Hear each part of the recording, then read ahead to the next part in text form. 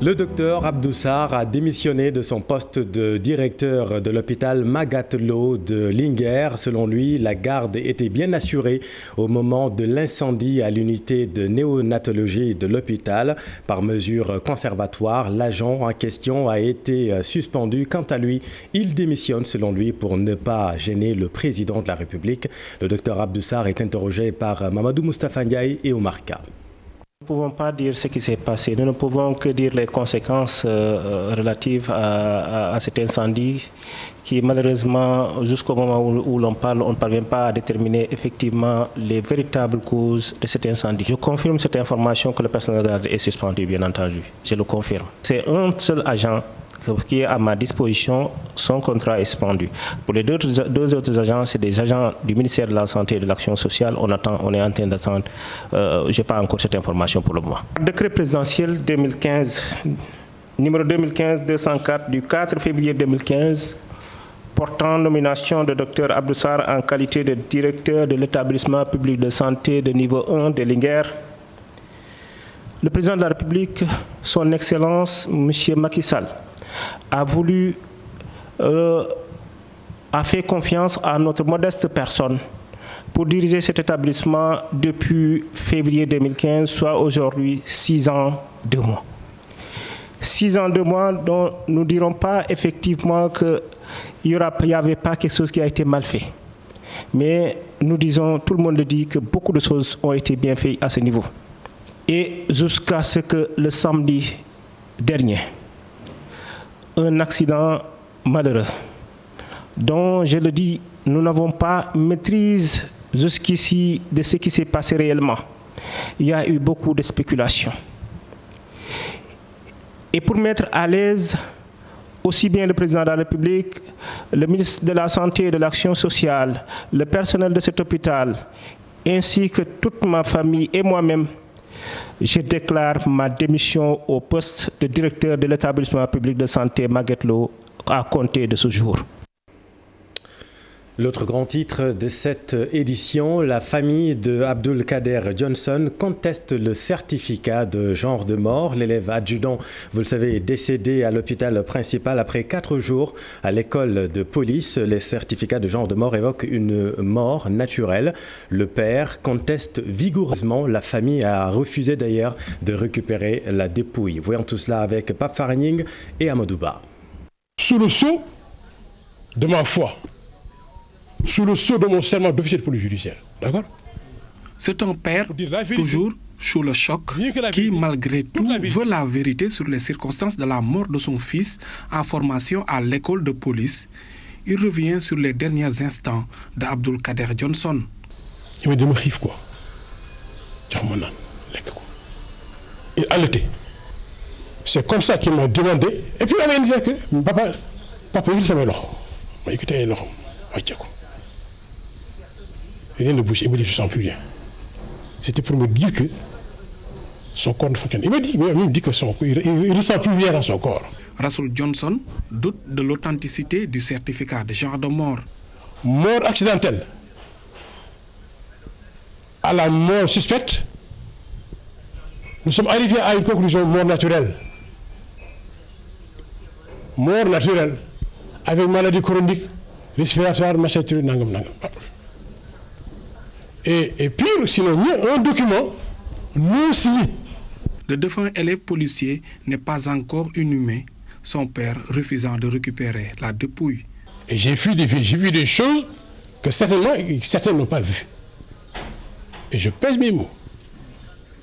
Des clichés de radiographie attestant ou montrant des ruptures de vertèbres, ruptures de côte, de la colonne vertébrale. Rasoul Johnson conteste les résultats de l'autopsie qui font état d'une mort naturelle, mais nous avons tenté de joindre les autorités de la police sans succès. Dans tous les cas, Pafara, les circonstances restent floues sur la mort d'Abdulkader Johnson, une affaire qui s'ajoute à la longue liste des décès mystérieux au Sénégal. Sur la piste des affaires non élucidées, le récit de Ibrahim Khan.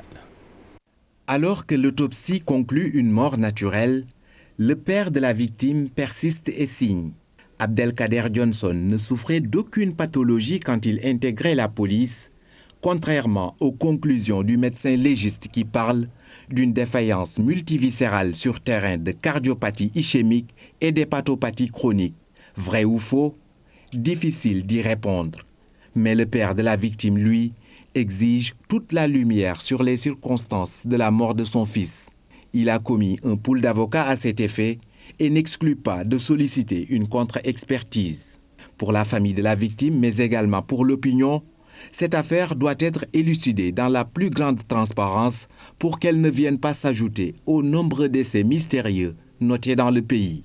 En 2013, 9 talibés perdaient la vie dans l'incendie d'une école coranique à la Médina. Un drame toujours pas élucidé, aucune responsabilité n'a été située. Le Diola en 2001 avec près de 2000 morts n'est pas en reste, sans oublier en 2020 la mort tragique de 2 enfants après qu'un poteau présumé appartenir à la Sénélec est tombé sur eux. La liste est loin d'être exhaustive. Autant de morts tragiques jusque-là non encore élucidées. Merci Ibrahima. Kolda réclame son gynécologue annoncé depuis plusieurs jours. Le gynécologue de Kolda n'est toujours pas sur les lieux.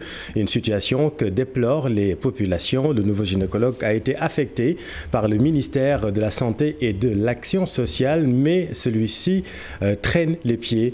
Les populations s'en désolent dans ce reportage de Abdoulaye Diallo. Cette ferme de Sarayero-Bouka, réalisée par le projet d'appui à la réduction de la migration à travers la création d'emplois ruraux au Sénégal, le Pakersen, est une entreprise agricole d'un coût de 156 millions. Ce n'est pas le bon élément, nous y reviendrons dans nos prochaines éditions. Les médecins qui refusent de regagner un poste d'affectation enfreignent la loi portant statut général des fonctionnaires. Selon le coordonnateur du cadre unitaire des syndicats de la santé et de l'action de la justice sociale, Cher Sek, était l'invité de la matinale de TFM. Le voici interrogé par Chérif Dia. En tant que fonctionnaire de l'État, nous sommes tous régis par la loi 6133 portant statut général des fonctionnaires. Et tant qu'agent de l'État, vous êtes appelé à être affecté au but que l'affectation ne soit pas une affectation arbitraire.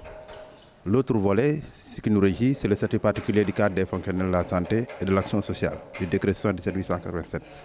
Donc un agent qui aujourd'hui a déjà bénéficié d'une formation avec l'appui de l'État, parce que je pense que toutes les spécialités aujourd'hui ont vu leur bourse doubler jusqu'à 300 000. On ne peut pas investir de l'argent sur une personne pendant une période bien déterminée et que vous devrez servir dans cette zone, vous refusez d'y aller.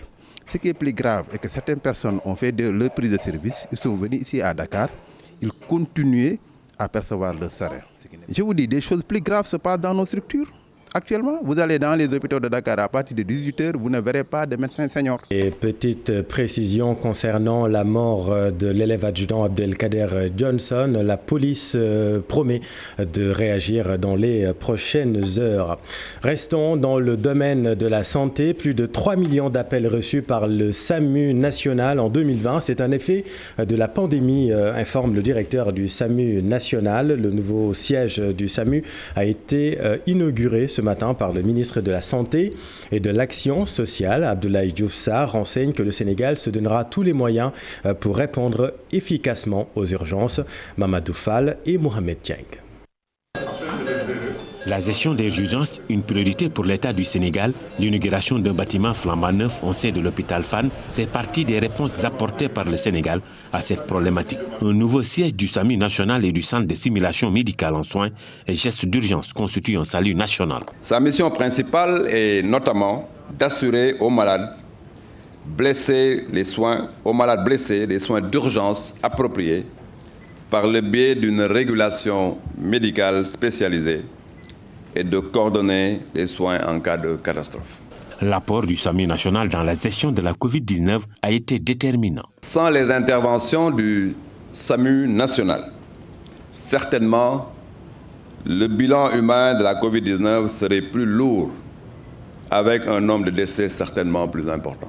Un rôle chiffré à plusieurs millions d'appels reçus et traités. On a reçu 3 300 et quelques appels cette année.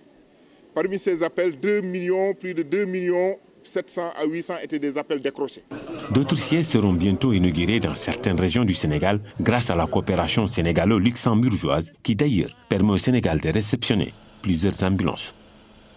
Merci Mamadou. À la une également, la cessation des activités pédagogiques pour 3 jours à l'université Gaston Berger de Saint-Louis. Les étudiants ont aussi décrété 72 heures de journée sans ticket. Ils dénoncent les critères d'attribution des bourses pour les masters dans les universités. Nous écoutons leur porte-parole avec notre équipe à Saint-Louis. Mais malheureusement, le ministre de l'Enseignement supérieur a toujours choisi de rester dans le silence. C'est ce qui a poussé la coordination des étudiants de Saint-Louis de convoquer sa base à une assemblée générale extraordinaire, au sortir de laquelle elle a décrété 72 heures de cessation de toute activité pédagogique et 72 heures de GST, plus d'un ultimatum d'une semaine pour dire au ministre de l'Enseignement supérieur que la coordination des étudiants de Saint-Louis a dépassé le stade de négociation. Aujourd'hui, qu'ils prennent une décision de manière définitive pour résoudre ce problème. Et la coordination des étudiants de Saint-Louis précise, le problème ne se situe pas seulement à l'IGB, comme vous l'aurez sûrement appris, au niveau des universités comme Thiès, au niveau de l'université de Bambey. Tous les étudiants s'opposent de manière catégorique à cette décision. La coordination précise qu'elle a donné un ultimatum d'une semaine. Et c'est une semaine épuisée que le ministre prend ses responsabilités, parce que la coordination lui tient responsable de tout ce qui va advenir dans les universités du Sénégal et plus précisément au niveau de l'IGB. Elle ne va pas reculer sur sa décision. Elle est ferme sur cette décision. Si le ministre ne réagit pas à la fin de l'ultimatum, la coordination va passer à la vitesse supérieure. La coalition des centrales syndicales exige la réintégration des personnes licenciées durant la crise due au coronavirus. Plus de 80 000 travailleurs auraient été impactés. L'hôtellerie, le transport, l'industrie, le commerce sont les niches les plus touchées. La coalition était en conférence de presse en prélude à la fête du travail qui sera célébrée samedi. Voyons tout cela avec Maïmouna Ndiaye et Tierno Lorombendi. 5 centrales syndicales se sont retrouvées pour évaluer la situation des travailleurs au Sénégal. Au total, ils sont plus de 80 000 impactés par les conséquences du coronavirus cette année. L'état d'urgence a contribué à l'aggravation de la situation socio-économique déjà tendue. Le chômage s'est amplifié et la précarité a gagné du terrain. La situation des travailleurs est devenue dramatique. Plus de 60% d'entre eux sont sous contrat d'intérim. En prélude de la fête du travail, la coalition des confédérations syndicales demande la mise en place d'un fonds pour la préservation des emplois. Un fonds spécial pour la préservation des emplois perdus, des emplois menacés ou perdus. Et nous allons insister aussi dans le cadre des négociations qui ont été entreprises. Ces centrales syndicales souhaitent également le renforcement de l'administration du travail en moyens pour beaucoup plus de pouvoir. Quand on parle d'administration du travail, c'est surtout par rapport à nos inspections du travail. Aujourd'hui, ces inspections sont réduites à organiser des séances de conciliation et ils ne prennent aucune décision. Et ils laissent les travailleurs à la merci du patronat, ce qui occasionne des licenciements pour motifs économiques, comme nous l'annoncions tout à l'heure. Pour la défense des intérêts des travailleurs, ils restent mobilisés. Les centrales, contrairement à l'année précédente. Merci Maimouna. La tension sociale à l'usine Twyford s'invite aux travaux de la 22e assemblée plénière du Haut Conseil du dialogue social. Suite à l'arrestation, vous le savez, de 25 travailleurs et le licenciement de 16 délégués, la présidente du Haut Conseil invite la direction de la société à revenir sur sa décision pour faciliter le dialogue. Voici la présidente Innocence Tapniaï. La tension est en train de monter dans cette entreprise Twyford. Et j'exhorte justement la direction générale de cette entreprise à tout faire, à tout mettre en œuvre pour que cette entreprise retrouve la sérénité. Nous n'allons pas manquer de les saisir au sortir donc de notre session, ou même durant notre session, je le leur ai proposé. Mais il est clair que les travailleurs aussi ont été impactés par la Covid. Donc, il n'est pas normal que dans une situation difficile, que les populations de façon générale sont en train de vivre, que les travailleurs dans une entreprise puissent également subir, en tout cas, des attaques de tout ordre. Donc je compte m'adresser à la direction générale. Et reparlons du programme de modernisation du secteur de la pêche artisanale. Nous vous en parlions hier. Des charpentiers s'inquiètent aujourd'hui de la mise en œuvre de ce programme. Vous le savez, l'un des volets de ce plan consiste au remplacement des pirogues en bois par des pirogues en verre. Le remplacement de 20 000 pirogues démarrera d'ailleurs cette année, mais le déroulement de ce programme risque d'avoir un impact négatif sur le métier de charpentier. Reportage au chantier des pirogues de Soumbédioune, Fatou Bintou Conté et Diafaraba. Les jours du métier de charpentier seront bientôt comptés. Avec l'arrivée des pirogues en fibre de verre, ceux en bois vont disparaître, emportant avec eux ce vieux métier. Ce projet risque de nous amener tous en chômage. Avec ces pirogues en fibre de verre, notre métier va disparaître alors qu'on ne connaît que le métier de charpentier. Et du jour au lendemain, l'État signe des conventions sans nous demander notre avis. Au lieu de créer des emplois, l'État augmente le taux de chômage. Ces charpentiers qui risquent d'aller au chômage ne croient pas au projet de l'État de les recaser dans la nouvelle fabrique. Nous avons l'habitude de travailler pour notre propre compte, donc vouloir nous intégrer dans une usine, beaucoup ne vont pas l'accepter. Je ne crois pas à ce projet. L'usine ne pourra pas recruter tous les charpentiers du pays. Selon eux, ces pirogues en fibre de verre ne sont pas plus sécurisants que celles en bois. La pirogue en fibre de verre est glissante, ce qui n'est pas le cas pour celle en bois. Les autorités ne peuvent pas nous dire sur quelle base elles s'appuient pour nous dire que la pirogue en fibre de verre a plus de sécurité que celle en bois. C'est un faux débat.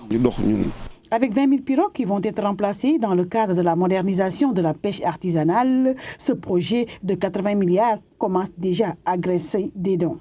Merci Fat Bintou. Le programme de modernisation du secteur de la pêche artisanale, un plan de 430 milliards de francs CFA. Restons dans le domaine de l'emploi avec cette visite du PCA du groupe Futur Média à l'imprimerie Futur Industrie, une imprimerie de dernière génération lancée dans le cadre de la diversification pour un montant de 15 milliards de francs CFA. L'objectif est d'occuper une place de choix dans le domaine de l'industrie selon Sundour. L'artiste lance un appel à tous les apporteurs d'affaires pour un partenariat gagnant-gagnant. C'est un projet de 15 milliards. Nous avons reçu, pas directement, parce que Exim Bank a financé 12 milliards et le reste, j'ai mis mon argent. Nous avons un personnel qualifié. Ce personnel-là est ici depuis 5 ans, payé. Et il ne demande qu'une seule chose, c'est de commencer à travailler. Les machines viennent de l'Allemagne. Qui connaît l'Allemagne connaît la qualité. Et je voudrais aussi apporter une nouveauté. J'espère que c'est une nouveauté. Je suis un artiste. Je veux supprimer ici le service commercial. Je veux amener ce qu'on appelle les apporteurs d'affaires, ce qui permet à ces machines, comme nous l'appelons centrales, de travailler 24 heures sur 24. Tout Sénégalais, validé bien sûr par la direction, peut amener son marché et y gagner quelque chose. Et nous pensons que c'est quelque chose qui peut être démultiplié au niveau de notre pays, au moment où nous parlons beaucoup d'emplois. Je tiens à remercier personnellement Pape Matar Sylla. Vraiment, il a passé des nuits blanches. Il est là depuis 5 ans, au travail. Et bientôt, nous aurons l'occasion de voir les gens venir vers vous. Vous allez voir, parce que vous avez les meilleures machines. Et depuis l'indépendance, il n'y a jamais eu un investissement aussi énorme dans le cadre de l'imprimerie et du packaging. Nous avons aussi en vue des partenaires au niveau international, au niveau africain, qui vont venir nous joindre pour apporter encore beaucoup plus de choses. Je disais que Future Industrie, c'est l'entrée dans l'industrie. Le premier projet s'appelle Impact. Mais s'il plaît à Dieu, nous ne voulons pas nous arrêter là. Nous voulons rentrer dans l'industrie et si je le dis, j'y crois. Tout autre chose à présent, l'Institut sénégalais de recherche agricole veut miser sur la coopération brésilienne pour booster les rendements de la culture cotonnière. Quant à l'autosuffisance en bananes, la coopération avec l'Afrique du Sud peut être fructueuse selon le néo-DG de l'ISRA. Le docteur Momar Talla Seck a entamé une tournée dans les régions. À Tambacounda, Moussa Oumar Gueye. En tournée dans la région de Tambacounda, le directeur général de l'Institut sénégalais de recherche agricole a joué sur plusieurs claviers à la fois. Momar Talla Seck envisage l'installation d'une unité d'adaptation et l'importation de nouvelles variétés de bananes venues de l'Afrique du Sud et le renforcement de la production cotonnière de la Sodefitex avec la coopération brésilienne. Et quand je dis transversal, c'est dans le sens où l'ISRA travaille dans les 5 domaines. Les productions animales, les productions végétales, les productions halieutiques, les productions forestières et la socio-économie. Il nous faudrait aussi une administration forte et transversale et d'autant mieux décentralisée. Décentralisée pour une meilleure aussi gestion des ressources humaines. Au-delà de la reprise des activités de l'ISRA à Maka-Koulibantang, il est prévu la mise en place en haut lieu d'une nouvelle direction scientifique forte et transversale pour relever les défis de l'heure. Toujours est-il que la gestion des ravageurs, la création variétale et la fertilité des sols figurent sur le tableau des résultats du CRA oriental, Centre de recherche agricole. Merci Moussa Omar. Restons dans le domaine de l'agriculture. À Fandène, dans le département de Thiès, les jeunes se lancent dans l'entrepreneuriat agricole. À leur disposition de grands domaines agricoles, ils cultivent l'oignon. Plusieurs jeunes des villages environnants gagnent désormais leur vie grâce à ce projet. Voyons tout cela avec Cheranta Diop et Latir. Ces jeunes, issus de plusieurs villages de Fandène, veulent relever les défis de création d'emplois. Grâce à un partenariat avec des investisseurs marocains, ils ont mis en place un projet agricole qui s'étend sur 98 hectares. Nous sommes allés voir le maire de la commune de Fandène, Moussa Augustin, d'abord qui nous a affecté une délibération. Donc ensuite, je suis parti chercher des partenaires vraiment pour qu'on puisse vraiment travailler, faire embaucher des gens au sein de la commune, vraiment pour lutter contre le chômage. Aujourd'hui, on a recruté plus de 160 jeunes, donc des femmes et des garçons. Cette année, on a semé des oignons. On va les commencer à les déterrer, je crois que d'ici, avant la fin du mois de Ramadan. Il y a des gens qui gagnent de 90 à 100 000. Pour Augustin Tine, le maire de Fandène, au nom de l'intérêt supérieur de la nation, il dit jouer sa partition dans la politique de création d'emplois. Nous sommes très satisfaits de ce que nous voyons ici. Ils emploient tous les jours de 200 à 300 jeunes qui travaillent donc ici. C'est en droite ligne avec la vision de Monsieur le Président de la République qui veut que ces jeunes restent ici, qu'ils ne prennent pas la mer. Cette ferme agricole, initiée par ces jeunes de Fandène, constitue le gagne-pain des populations locales. Elles n'ont plus besoin d'aller à Dakar ou à Thiès à la recherche du travail. Merci Cheranta. Sur l'actualité internationale, 3 journalistes occidentaux portés disparus depuis hier ont été retrouvés morts à l'est du Burkina. Ils ont été exécutés par un groupe armé tandis qu'un membre des forces de sécurité, lui, toujours porté disparu.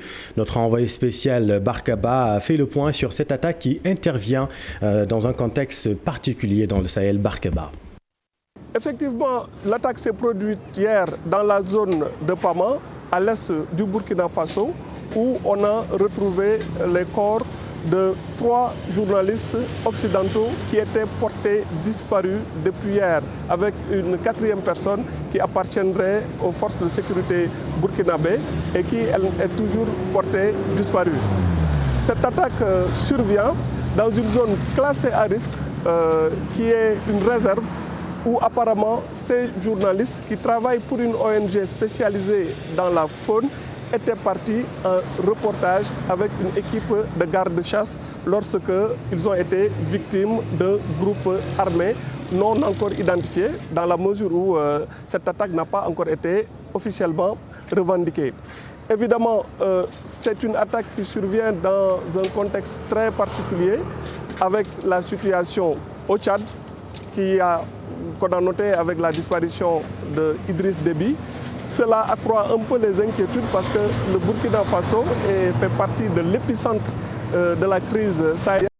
Et récemment, il y avait même un bataillon tchadien que Idriss Déby avait dépêché dans une fameuse zone connue comme étant la zone des 3 frontières qui regroupe le Niger, le Burkina Faso et le Mali. Alors donc ces attaques aujourd'hui accroissent un peu l'angoisse par rapport à la situation sécuritaire dans le Sahel. Merci Barkaba et ces 3 journalistes occidentaux aux dernières nouvelles. Il s'agit de 2 Espagnols et un Irlandais. Merci Barka qui reviendra sur l'actualité dans le Sahel dans nos éditions. Toujours dans l'actualité internationale, une semaine après sa proclamation comme chef du Conseil militaire de transition, le fils d'Idriss Déby s'est adressé aux Tchadiens dans une interview radio-télévisée à la suite des violences qui ont eu lieu dans plusieurs villes du pays toute la matinée. Mahamat Idriss Déby a assuré que l'organe qu'il dirige n'a d'autre objectif que d'assurer la continuité de l'État, la survie de la nation et de l'empêcher de sombrer dans le néant, la violence et l'anarchie. Daniel Diouf. Journée très mouvementée ce mardi matin au Tchad, dans plusieurs villes du pays. Au moins 5 morts et une vingtaine de blessés par balle, d'après nos confrères de RFI. Un bilan provisoire, des manifestations à l'appel des membres de l'opposition et de la société civile pour protester contre la mise en place d'un conseil militaire de transition. Des pneus brûlés, du gaz lacrymogène, les rues de la capitale prises d'assaut en attestent ces images. Le chef du conseil militaire de transition, le fils d'Idriss Déby, s'est adressé aux Tchadiens dans une intervention radio-télévisée, une vingtaine de minutes en français pour exhorter ses compatriotes à ne pas laisser le pays sombrer dans le chaos. Et le conseil militaire de transition s'est donné cet objectif exclusif. Face à ces périls qui menacent encore le Tchad, qui est à nos frontières et qui pourrait compromettre gravement l'avenir de la nation, les forces de défense et de sécurité ont pris les responsabilités devant l'histoire et le peuple. Les hauts dignitaires de nos forces de défense et de sécurité n'ont pas eu d'autre choix que d'emprunter la voie qui s'imposait à tous dans ce contexte exceptionnel d'un chaos généralisé annoncé et d'implosion du pays. La France, pour sa part, condamne la répression de la manifestation et affirme son opposition à l'instauration d'une monarchie. En condamnant d'abord avec la plus grande fermeté la répression des manifestations et des violences qui ont eu lieu ce matin à N'Djamena. Nous appelons au respect des engagements qui ont été pris par le Conseil militaire de transition, celui d'une transition pacifique, inclusive sur le plan politique. Et je veux être ici très clair. J'ai apporté mon soutien à l'intégrité et la stabilité du Tchad très clairement à N'Djamena. Je suis pour une transition pacifique, démocratique, inclusive. Je ne suis pas pour un plan de succession. Le Tchad encore rudement frappé par une nouvelle attaque de Boko Haram dans la région du lac ce mardi, dans le département de Kaya. Au moins 12 militaires tchadiens et quelques civils tués, plus de 40 combattants de Boko Haram également liquidés. Merci Daniel. Et dans l'actualité sportive, 6e et dernière journée du groupe C de la Coupe de la Confédération africaine de football, l'AS Giraffe est en Tunisie pour tenter de conserver sa première place face à son premier poursuivant, le club sportif sfaxien, ce mercredi à 16h. Pour l'entraîneur Chergueï, son groupe est bien conscient des enjeux. Aucune des deux équipes est dans cette pression de faire un résultat positif pour se qualifier en quart de finale, mais ça reste un match important avec un enjeu important, à savoir la première place. Nous sommes déjà premiers et nous voulons conserver cette première place. Et la conservation de la première place passe nécessairement par faire un résultat positif ici en Tunisie. Les joueurs le savent très bien, le staff aussi le sait très bien. La direction du club en est conscient et a mis les moyens pour qu'on puisse vraiment faire un très bon résultat. Le groupe, tout le groupe est disponible, sauf Et puis en lutte, la réouverture du stadium Iba Mar Diop au combat de lutte est à l'étude. L'annonce est faite par le ministre des Sports, Matar Ba, interrogé par Cheikh Sadibou Diarra. Réouverture de Iba Mar pour une mesure exceptionnelle. Je suis en train de l'étudier et quand on s'accordera, je communiquerai là-dessus. Mais ce qui est important et à souligner aussi, c'est la rencontre que j'ai ce matin avec le CNG. Parce que ceux qui avaient démonté les chaises, qui avaient commis ces actes regrettables, se sont retrouvés avec le CNG et ont décidé de réparer ce qui a été touché là-bas. Ils ont compris que pour une question de citoyenneté, il faut agir publiquement pour remettre les choses à l'ordre. Ça, c'est un fait extrêmement important et je pense que le jeudi prochain, nous assisterons nous-mêmes à ces réparations et ça sera une leçon pour tous. Voilà, c'est la fin de cette édition. Merci de votre attention. L'info revient demain dans Info du matin avec toute l'équipe. À suivre tout de suite sur TFM. Les 5 minutes du SAS Papa Anne, Ziar avec Yawa et au SAS Modoufal. Et puis un peu plus tard, en deuxième partie de soirée, Quartier Général avec Pape Cher et son équipe. Excellente suite des programmes sur TFM. Restez avec nous. Vous êtes au bon endroit. Bonne soirée.